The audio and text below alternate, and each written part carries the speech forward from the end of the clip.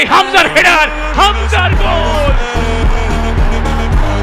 Brave new Bangladesh, সেই বাংলাদেশে হামজার গোল এবং এই স্টেডিয়াম এখন ফেটে পড়ছে।